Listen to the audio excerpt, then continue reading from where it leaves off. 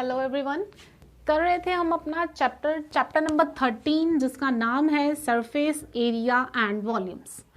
Chapter कर रहे थे हम अपना सरफेस एरियाज एंड वॉल्यूम्स। ये चैप्टर हमने कंटिन्यू किया था और इसके रिलेटेड हमने क्या क्या हमारे पास फिगर्स कौन कौन सी होती हैं, कौन कौन सी फिगर्स के ऊपर लगाना है, हमने अपना एरिया का फॉर्मूला वो पढ़ा था। हमने फॉर्मूले सारे आपको पढ़ा दिए थे मैंने, और हमने इसके बाद इसकी जो क्वेश्चन आंसर्स की सीरीज है वो स्टार्ट कर दी थी। ओके, तो उसी सीरीज को आगे बढ़ाते हुए हम अपना नया क्वेश्चन करेंगे। तो क्वेश्चन है आज का हमारा, a tent is in the shape of cylinder. देखो एक टेंट है, किस शेप में है वो टेंट? सिलेंडर की फॉर्म में, like this. Here is a tent and is in the form of cylinder surmounted by a conical top. क्या बोला गया है कि जो उसका टॉप है, टॉप पर क्या है, वो एक कोन बना हुआ है। Okay, something like that, like this. A tent is in the shape of cylinder, cylinder की शेप में एक टेंट है और surmounted by a conical top, कि उसका जो टॉप है वो किस फॉर्म में है? कॉनिकल शेप में है, कौन की शेप में बना हुआ है। If the height and diameter of the cylinder are 2.1 metre and 4 metre respectively. देखो यहाँ रिस्पेक्टिवली लिखा है, दैट मीन्स जो फर्स्ट बात करी गई है हाइट की, वो हाइट होगी हमारी 2.1 मीटर। और ये किसकी हाइट है? If the height of and diameter of cylindrical part. अभी सिर्फ सिलेंड्रिकल पार्ट की बात हो रही है, तो सिलेंड्रिकल पार्ट की जो हाइट है वो किसके इक्वल है? इसकी हाइट 2.1 मीटर। देखो गिवन है, height of the cylindrical part is 2.1 metre. सिर्फ सिलेंडर की ही बात हुई है, कॉनिकल की हाइट की बात नहीं हो रही, यहाँ पर सिर्फ सिलेंडर की हाइट की बात हो रही है। तो सिलेंडर की हाइट हमें 2.1 मीटर गिवन है। उसके बाद बोला गया है the diameter of the cylindrical part is 4 metre. देखो जो डायामीटर सिलेंडर का होगा वही डायामीटर कोन का होगा। क्यों? क्योंकि देखो ये कोन है, कोन का जो बेस है वही तो है हमारा सिलेंड्रिकल पार्ट का अपर पार्ट, यही तो है ना सिलेंडर। तो जो डायामीटर कोन सिलेंडर का होगा वही डायामीटर किसका होगा? हमारे पास कोन का। ओके, डायामीटर, और you can say that it is a radius. Okay, तो जो रेडियस कोन का होगा वही रेडियस सिलेंडर का होगा, जो डायमीटर कोन का होगा वही डायमीटर सिलेंडर का होगा। तो अगर हमें सिलेंड्रिकल पार्ट का डायमीटर गिवन है, दैट मीन्स हमें ये चीज गिवन है, यहां से लेकर यहां तक ये वैल्यू हमें कितनी गिवन है? 4 मीटर। ओके, ये वैल्यू 4 मीटर है। तो अगर यहाँ रेडियस की बात करें तो यहां से लेकर यहां तक मेरा रेडियस कितना आ जाएगा? 2 मीटर। यहां तक क्लियर है सभी को? Done. And the slant height of the top is 2.8 metre. देखो अब स्लांट हाइट की बात करिए, सिलेंडर में तो स्लांट हाइट होती नहीं, वैसे भी उसने ऊपर लिखा हुआ है कि टॉप पर हमारे पास क्या है? कोन।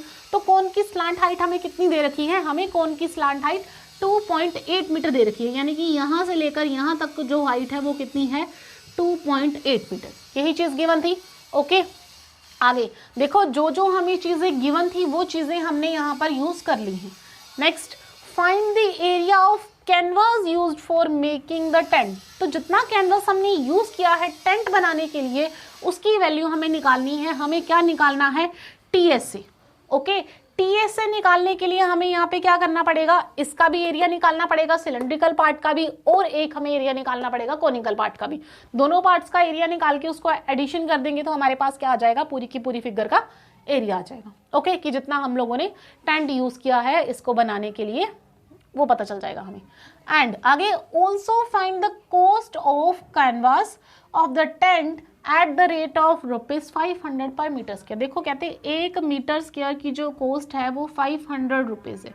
तो जितना तुम लोगों ने टेंट यूज किया है, कैनवास यूज किया है टेंट को बनाने के लिए, तो उसकी हमें प्राइस निकाल के बताओ कि कितना प्राइस होगा। अगर 1 मीटर स्क्वायर की कीमत जो है 500 है, तो तुम्हारे पास जितना भी एरिया आएगा, मान लो कुछ ABC तुम्हारे पास एरिया आता है, तो उसको क्या करोगे? 500 के साथ मल्टीप्लाई करा दोगे तो ये तुम्हारे पास टोटल रुपीस आ जाएंगे कि इतना पैसे लगे हैं हमारे इसको बनाने के लिए। ओके, देखो यहाँ नोट लिखा है। नोट क्या है? That the base of the tent will not covered with the canvas. देखो जो उसका बेस है ना, बेस को उसने कवर नहीं किया है। ओके, बेस को टेंट के साथ कवर नहीं किया गया। देखो अगर तुम टेंट लगाते हो तो नीचे थोड़ी टेंट लगाओगे, टेंट सिर्फ साइड्स पे ही लगेगा। ओके, तो जो बेस है वहां पर टेंट नहीं लगाया गया है। क्लियर है, स्टेटमेंट क्लियर है सभी को। देखो अभी हमने फाइंड क्या करना है, हमें फाइंड करने क्या क्या बोला गया है, एरिया निकालना है। एरिया किसका निकालना है, हमने एरिया निकालना है हमने कि कितना जो कैनवस है वो यूज हुआ है इस टेंट को बनाने के लिए, तो कितना कैनवस यूज किया गया होगा, यानी कि हमें टीएस से निकालना है। सबसे पहले तो height of cylinder which is equal to, height कितनी है हमारे पास सिलेंडर की, 2.1 मीटर।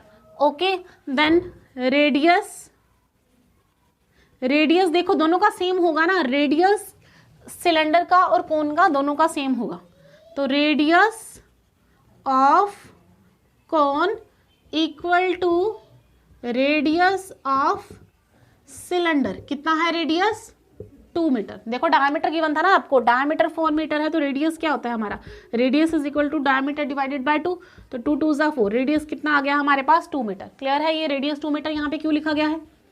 ओके, देन नेक्स्ट हमारे पास क्या है, स्लैंट हाइट गिवन है। स्लैंट हाइट क्या होती है हमारे पास, एल की वैल्यू, एल की वैल्यू कितनी गिवन है, 2.8 मीटर।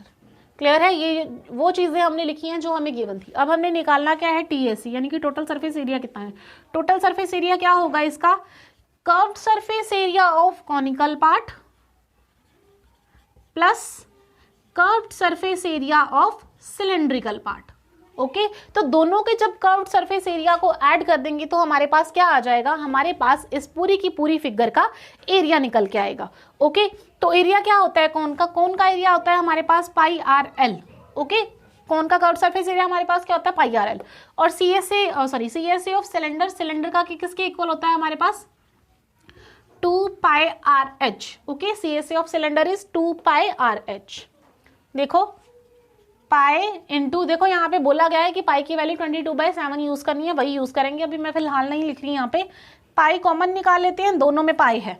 ओके, पाई कॉमन, पाई की वैल्यू भी लिख, चलो पाई कॉमन। आर की वैल्यू हमारे पास कितनी है, आर है हमारे पास 2 इंटू एल की वैल्यू हमारे पास कितनी है, एल इज स्लांट हाइट, तो स्लांट हाइट की वैल्यू है हमारे पास 2.8 प्लस 2 इंटू, देखो पाई ऑलरेडी बाहर आ चुका है तो यहाँ पे दोबारा पाई नहीं लिखेंगे। आर की वैल्यू हमारे पास कितनी है, radius is 2 metre, 2 into H की वैल्यू हमारे पास कितनी है, हाइट इज 2.1। ओके, यहाँ तक क्लियर है सभी को। देखो इसमें भी 2 है, इसमें भी 2 है, तो 2 भी मैं कॉमन ले सकती हूँ। आगे क्या लिखेंगे हम, पाई कॉमन था, पाई की वैल्यू लिख लेते हैं 22/7। देखो पाई कॉमन था ना यहाँ पे, पाई की वैल्यू 22/7 इंटू हमने इसमें से 2 बाहर निकाल लिया, अंदर हमारे पास क्या बचा, 2.8 प्लस यहाँ पर ये देखो 2 बाहर आ चुका है, इसके पास क्या बचा, 2 into 2.1, 2 into 2.1 which is equal to 4.2। Multiply करके देखो 2.1 को जब 2 से मल्टीप्लाई करोगे तो तुम्हारे पास आएगा 4.2, तो यहाँ पर हमारे पास वैल्यू कितनी आ गई, 4.2। क्लियर है ये चीज यहाँ तक। देखो कुछ नहीं किया है, जो चीज हम दोनों के पास आ रही है उसको कॉमन निकाल दिया है, बाकी अंदर कैलकुलेट कर रहे हैं। ओके, तो 22 into 2 which is equal to 44/7 into, देखो इन दोनों को प्लस करो, 2.8 plus 4.2 which is equal to 0.1426 plus 7 which is equal to 7.0 और लाइक 7, तो 4 से 4 कैंसिल हो जाएगा, तुम्हारे पास एरिया कितना आ जाएगा, 44 मीटर स्क्वायर। यानी कि जो तुम्हारा कैनवस यूज हुआ है वो कितना यूज हुआ है, 44 मीटर स्क्वायर कैनवस यूज हुआ है। देखो ये कैलकुलेशन एक बार मैं दोबारा बता देती हूँ। क्या किया हमने, सीएसए निकाला एक कोन का और एक सीएसए निकाला है हमने सिलेंडर का, दोनों का सीएसए निकाला है, that is curved surface area. Curved surface area of cone हमारे पास होता है पाई आर एल, तो यहाँ पर हमने लिखा पाई आर एल। और सीएसए ऑफ सिलेंडर, सिलेंडर का सीएसए हमारे पास होता है 2 पाई आर एच, तो 2 into pi into R into H. देखो इसमें मेरे पास पाई दोनों में आ रहा था तो मैंने पाई कॉमन निकाल लिया, उसके बाद दोनों में देखो उसके पास बाकी जो वैल्यू बची है वो फिल कर दो। देखो पाई बाहर आ चुका है, इसके पास आर बचा, आर की वैल्यू हमारे पास कितनी आई है, 2 मीटर, तो यहाँ फिल करो 2 मल्टीप्लाई एल, एल की वैल्यू हमारे पास कितनी है 2.8, यहाँ हमने फिल किया 2.8, देन प्लस आगे हमारे पास क्या है 2 इंटू पाई ऑलरेडी बाहर आ चुका था, यहाँ हमारे पास क्या बचा आर, आर की वैल्यू हमारे पास 2 है, इंटू एच, एच की वैल्यू है हमारे पास 2.1, तो यहाँ पे हमने लिखा 2.1। क्लियर है। अब देखो जब हमने यहाँ पर देखा तो हमारे पास यहाँ भी 2 आ रहा है और यहाँ भी 2 आ रहा है, तो कैलकुलेशन को इजी करने के लिए 2 बार मेरे को 2 के साथ मल्टीप्लाई ना करना पड़े, एक ही बार मल्टीप्लाई करना पड़े, इसलिए मैंने क्या किया 2 को कॉमन निकाल लिया। ओके, मैंने आपको हमेशा बोला है कि अननेसेसरी कैलकुलेशन कभी नहीं करनी, अगर कुछ कॉमन दिख रहा है तो उसको कॉमन निकाल लो। तो यहाँ पे 2 और पाई बाहर आ गया, पाई की वैल्यू स्टेटमेंट में बोला गया है कि 22/7 यूज करो, तो मैंने यहाँ पाई की जगह क्या लिख लिया 22/7 इंटू ये जो 2 यहाँ से कॉमन आया था। अब इसके पास ये 2 बाहर आ चुका है, कॉमन निकल गया है, यहाँ पे क्या बचा 2.8 प्लस ये वाला 2 बाहर निकल चुका है ऑलरेडी, इसके पास बच गया 2 इंटू 2.1, तो 2 इंटू 2.1 हमारे पास क्या होता है 4.2, यहाँ पे लिख दिया हमने 4.2। ओके, नाउ 22/7, 22 इंटू 2 44, 44/7 इंटू ये देखो ये 2 इसके साथ मल्टीप्लाई हो चुका है, अंदर हमारे पास बचा था 2.8 और 4.2, दोनों को जब ऐड करोगे तो हमारे पास आएगा 7.0, 7.0 लिखो या 7 लिखो, दोनों सेम बात है, तो यहाँ पर हमने लिख दिया 7, 7 के साथ 7 की कटिंग हो गई है, तो 44 मीटर स्क्वायर हमारे पास आंसर आ गया। ओके, ये हमने क्या निकाला है, ये हमने निकाला है कि कितना कैनवस यूज हुआ है टेंट को बनाने के लिए। ओके, एक क्वेश्चन हमें यहाँ पे और पूछा गया है कि अगर 1 मीटर की जो कीमत है हमारे पास, कॉस्ट है वो 500 रुपीज है, तो हमारे पास कितना आया है 44 मीटर स्क्वायर, तो 44 की जो कॉस्ट है वो कितनी होगी, तो ये चीज भी अब हम इजीली फाइंड कर सकते हैं। मैंने अभी आपको बताया इस चीज को कैसे फाइंड करना है, very simple, you can calculate it. तो कैसे कैलकुलेट करेंगे इसको, देखो cost of 1 metre square equals to ₹500। Okay, 1 metre square की कॉस्ट कितनी थी 500, हमारे पास टोटल कितने मीटर स्क्वायर है, कितना है टोटल, हमारे पास टोटल जो कैनवस है वो 44 मीटर स्क्वायर है, तो हम कॉस्ट किसकी निकालेंगे 44 मीटर स्क्वायर की निकालेंगे, तो cost of 44 metre square canvas which is equal to 44 into 500। Okay, ये तुम्हारा रुपीज में आंसर आ जाएगा, कितना आएगा 0 0 4 5 22 कैरी 4 5 20 एंड प्लस 2 22, इतने रुपीज जो है वो कॉस्ट उसकी आएगी 22,000। ओके, तो कैनवस को बनाने के लिए कितना जो है खर्च होगा वो होगा 22,000। क्लियर है यहाँ तक। देखो क्वेश्चन में कुछ भी नहीं था, सिर्फ आपको क्या करना है स्टेटमेंट को ध्यान से पढ़ना है, जब स्टेटमेंट को ध्यान से पढ़ लोगे तो उससे क्या क्लियर हो जाता है, डायग्राम अच्छे से बन जाती है। देखो हमेशा नेसेसरी नहीं है कि तुम लोगों को डायग्राम पेपर में बनी हुई मिले। ओके, तो आप लोगों को क्वेश्चन को पढ़ के, स्टेटमेंट को पढ़ के डायग्राम बनानी आनी चाहिए। ओके, जैसे ही तुम लोगों की डायग्राम बन जाती है तुम लोगों को समझ में आ जाता है कि यहाँ पे हमें क्या यूज करना है, कौन सा फॉर्मूला यूज करके हम इस वैल्यू को इस क्वेश्चन को सोल्व कर सकते हैं। ओके, तो वो अपने फॉर्मूला टेबल वाला जो वीडियो है वो पहले वीडियो देखना, उससे फॉर्मूले तुम लोग सारे लर्न कर लेना।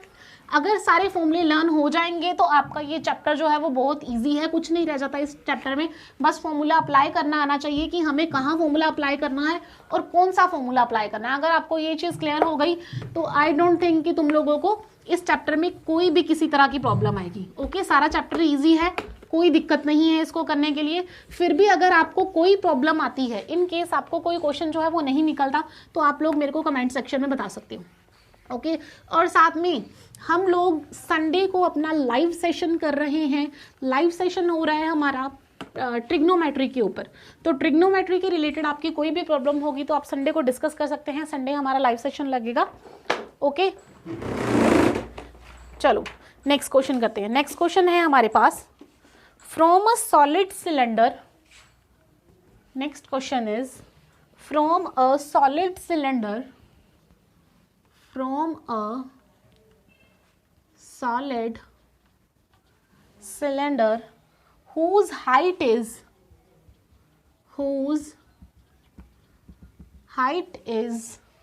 2.5 centimeter, sorry 2.4 centimeter, 2.4 centimeter and diameter 1.4 centimeter, 1.4 centimeter, a conical cavity, देखो ध्यान से पढ़ा करो, conical cavity, a conical cavity is hollow out, a conical cavity of the same height of the same height and the same diameter and the same diameter, देखो diameter भी same है और height भी सेम है, क्या किया गया है उसको, is hollow out, is hollow out. Find the total surface area. Find the total surface area of remaining solid to the nearest centimeter square and use pi equals to 22/7. Okay, clear है। देखो statement क्या है, statement पढ़ो। सबसे पहले क्या लिखा गया है, फ्रॉम अ सॉलिड सिलेंडर, क्या गिवन है हमें, एक सिलेंडर गिवन है। ओके, लाइक दिस, देखो एक सिलेंडर गिवन है हमें, सिलेंडर में उसने क्या बोला हुआ है, एक सिलेंडर से जिसकी हाइट कितनी है 2.4 सेंटीमीटर, सिलेंडर की हाइट कितनी गिवन है हमें 2.4 centimetre. Okay, 2.4 centimetre and diameter उसका 1.4 है। डायमीटर कितना है उसका 1.4, तो 1.4 diameter. Okay, this is diameter 1.4 centimetre. Clear यहां तक? आगे देखो, a conical cavity of the same height, उसी हाइट की एक कोनिकल कैविटी यानी कि कॉन की शेप में एक कैविटी है and the same diameter, diameter भी उसका सेम है, इज होलोड आउट, मतलब वहां से बाहर निकाली गई है। लाइक दिस, ऐसा होगा कुछ तुम्हारे पास, ऐसे। ओके, इसके बिल्कुल सेंटर पे। क्लियर है यहां तक सभी को? इस चीज में कोई डाउट तो नहीं है? देखो यहां पर तुम्हारे पास क्या है, एक, ओके, ये कौन है, ये होगा उसका यहाँ पे। ओके, एक सिलेंडर था, सिलेंडर में से एक जो कोन है उसको बाहर निकाला गया है, सिलेंडर में से क्या निकाला गया बाहर, एक कोन निकाला गया। ओके, कोन को सिलेंडर से बाहर निकाल दिया गया। देन आगे क्या बोला गया है, find out the total surface area of the remaining solid nearest to the centimetre square. तो नियरेस्ट सेंटीमीटर के हमें क्या निकालना है, इसका एरिया फाइंड करना है, जो रिमेनिंग बच गया है। देखो एक सिलेंडर था, सिलेंडर में से कौन बाहर आ गया, तो बाकी का जो रिमेनिंग हमारे पास फिगर बची है उस फिगर का हमें क्या निकालना है, टीएसए निकालना है। तो इसका टीएसए निकालने के लिए सबसे पहले देखो हमारे पास स्टार्टिंग में हमें बोला गया है कि जो हाइट है दोनों की सेम है, तो हाइट किसके इक्वल है, height of cone and cylinder. तो सिलेंडर और कोन की हाइट कितनी है हमारे पास 2.4 सेंटीमीटर। ओके, दूसरा हमें रेडियस दोनों का सेम दिया गया है, तो दोनों का जो रेडियस है वो हमारे पास कितना होगा, देखो दोनों का डायमीटर अगर सेम है तो ऑब्वियसली उसका रेडियस भी सेम होगा। डायमीटर 1.4 है, तो 1.4 divided by 2 which is equal to 0.7 centimetre. तो दोनों का रेडियस हमारे पास कितना आ गया, 0.7 सेंटीमीटर। 0.7 सेंटीमीटर हमारे पास रेडियस आ रहा है कोन का भी और सिलेंडर का भी, दोनों का रेडियस केवल है। ओके, अब नेक्स्ट हमें कोन के लिए हमें क्या चाहिए, कोन का अगर सीएसए निकालना है तो हमें उसके लिए एल यानी कि स्लांट हाइट की जरूरत पड़ती है। तो स्लांट हाइट हमारे पास क्या होती है, under root of H square plus R square. देखो तुम्हारे पास आर की वैल्यू भी है, एच की वैल्यू भी है, दोनों वैल्यूज फिल कर दो, आंसर तुम्हारे पास एल की हाइट भी आ जाएगी। तो एल की हाइट हमारे पास क्या आएगी, under root of H, H की वैल्यू कितनी है 2.4 square. Okay, then plus R की वैल्यू है हमारे पास 0.7 सेंटीमीटर स्क्वायर, तो वैल्यू कितनी आ जाएगी 24 into 24 576, that is 5.76 plus 0.7 into 0.7 which is equal to 0.49। Okay, तो ये वैल्यू आ गई तुम्हारे पास 0.49, दोनों को ऐड करो कितना आएगा तुम्हारे पास 6.25। यस, कितना आ गया यहाँ पे 6.25। तो जब इसकी कैलकुलेट करोगे तुम्हारे पास रूट इसका क्या आ जाएगा, 625 का अंडर रूट क्या होता है 25, तो यहाँ पे कितना आ गया 2.5 सेंटीमीटर। तो ये आ गई तुम्हारे पास slant height. Okay, slant height निकल आई 2.5 सेंटीमीटर। देखो अब स्लांट हाइट भी हमने निकाल ली है, क्यों, क्योंकि हमें कोन के लिए स्लांट हाइट की जरूरत पड़ती है। तो स्लांट हाइट आ गई, उसके बाद हमने क्या करना है, जो रिमेनिंग पोर्शन बचा है रिमेनिंग पोर्शन का सीएसए निकालना। देखो एक सिलेंडर था, तो सिलेंडर का सीएसए तो चाहिए ही हमारे पास। टीएसए क्या आएगा, सीएसए ऑफ एक तो सिलेंडर का आएगा CSA हमारे पास, दूसरा कोन का CSA आएगा, CSA ऑफ कोन। तो कोन का CSA आया और साथ में हमारे पास क्या आएगा, CSA ऑफ सिलेंडर हो गया, CSA ऑफ कोन हो गया, और एरिया इसका आएगा, एरिया ये जो बेस में है ना हमारे पास, base area of the cylinder. ये जो सिलेंडर है, देखो ये सिलेंडर है ना हमारे पास, ये सिलेंडर का बेस, इसका साथ में हमें बेस एरिया भी लेना पड़ेगा, बेस एरिया ऑफ सिलेंडर। तो सिलेंडर के बेस में बन क्या रहा है, देखो सिलेंडर के बेस में क्या है, सर्कल। तो सर्कल का एरिया हमारे पास क्या होता है, पाई आर स्क्वायर, तो इसकी जगह क्या आ जाएगा, pi r square. Okay, CSA of cylinder which is equal to 2 pi r h plus CSA of cone, cone क्या होता है, pi r l, plus base area of cylinder which is equal to pi r square. Clear है यहाँ तक, pi r square. Okay, pi r square आ गया यहाँ तक। अब देखो यहाँ से यहाँ पे सॉल्व कर दूं ऊपर, देखो यहाँ पे सॉल्व करते हैं इसको, 2 pi r h plus pi r l plus pi r square. Okay, यही चीज है हमारे पास। 2 इंटू पाई की वैल्यू क्या है, पाई की वैल्यू यहाँ पे हमारे पास कितनी है, 22/7। देखो स्टेटमेंट में मेंशन है कि जो पाई की वैल्यू है वो 22/7 यूज करनी है, इसीलिए मैं पाई की वैल्यू 22/7 ले रही हूँ। अगर आपको स्टेटमेंट में मेंशन होगी पाई की वैल्यू 3.14 यूज करो, तो उस केस में आप 3.14 ही यूज करोगे। ओके, जो चीज गिवन है वही चीज यूज करनी है, कैलकुलेशन ईजी हो जाती है। इंटू आर हमारे पास कितना है, आर की वैल्यू आ रही है हमारे पास 0.7, 0.7 है तो इसको मैं 7/10 लिख सकती हूँ। तो क्या लिखेंगे इसको, 7/10 इंटू एच की वैल्यू हमारे पास कितनी है, height of the cylinder is 2.4।